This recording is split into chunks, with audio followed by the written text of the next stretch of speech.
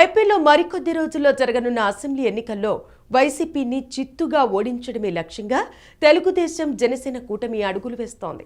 ఎట్టి పరిస్థితుల్లోనూ జగన్ పార్టీ విజయం సాధించకూడదని, ఇందుకోసం ప్రభుత్వ వ్యతిరేక ఓటును చీలనివ్వనని జనసేన అధినేత పవన్ కళ్యాణ్ ఎప్పుడూ ప్రకటించారు.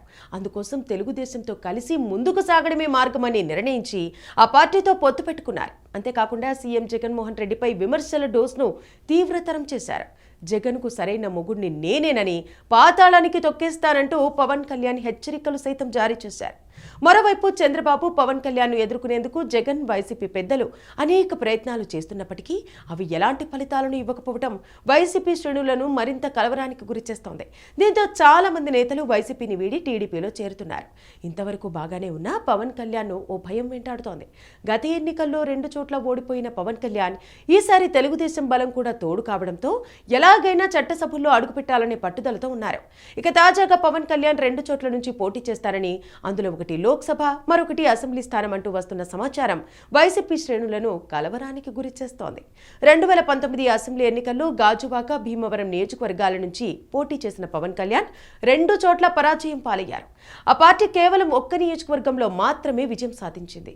ఆ ఎమ్మెల్యే సైతం కొద్ది రోజులకే వైసీపీకి మద్దతు ప్రకటించారు. ఈసారి ఎలాగైనా జనసేన ఎమ్మెల్యేలు అసెంబ్లీలో అడుగుపెట్టాలని పవన్ పట్టుదలతో ఉన్నారు.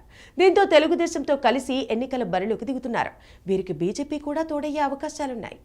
జనసేన పార్టీ తరపున 24 మంది అభ్యర్థులు అసెంబ్లీ, 3 పార్లమెంటు బరిలో ఉన్నారు. అయితే పవన్ కళ్యాణ్ ఏ నియోజకవర్గం నుంచి బరిలోకి దిగుతారన్న అంశం ఆసక్తికరంగా మారింది.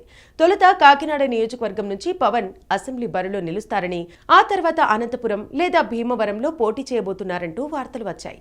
తాజాగా పిఠాపురం నుంచి పవన్ బరిలోకి దిగడం ఖాయమని, అక్కడ ఇళ్లు కొనుగోలు చేసేందుకు ప్రయత్నాలు చేస్తున్నారని జన సైనికులు పేర్కొంటున్నారు. దీనికి తోడు పలు దఫాలుగా పవన్ పిఠాపురం నియోజకవర్గంలో విజయ అవకాశాలపై సర్వేలు సైతం నిర్వహించారని తెలుస్తోంది. తాజాగా పవన్ కళ్యాణ్ 2 నియోజకవర్గాల నుంచి బరిలోకి దిగబోతున్నట్టు సమాచారం. పవన్ ఎమ్మెల్యేగా పిఠాపురం నుంచి, ఎంపీ అభ్యర్థిగా అనకాపల్లి నుంచి పోటీ చేయాలనే ఆలోచనలు ఉన్నారని సమాచారం. ఇప్పటి వరకు సోదరుడు నాగబాబు అనకాపల్లి పార్లమెంటు నియోజకవర్గం నుంచి పోటీ చేస్తారని అందరూ భావించారు. కానీ ఆ స్థానం నుంచి పవన్ కళ్యాణ్ పోటీ చేయబోతున్నారని ఏపీ రాజకీయాల్లో చర్చ జరుగుతోంది. 2014 ఎన్నికల్లో టీడీపీ, బీజేపీ పొత్తు పెట్టుకుని ఎన్నికలకు వెళ్లగా పవన్ కళ్యాణ్ ఆ కూటమికి బయట నుంచి సంపూర్ణ మద్దతిచ్చారు. ఆ ఎన్నికల్లో విజయం సాధించి రాష్ట్రంలో టీడీపీ అధికారంలోకి వచ్చింది. అయితే విభజన హామీల విషయంలో బీజేపీ, టీడీపీ మధ్య విభేదాలు తలెత్తాయి. అప్పట్లో పవన్ కళ్యాణ్ కూడా కేంద్రం పాచిపోయిన లడ్డూలు ఇచ్చిందని విమర్శించారు.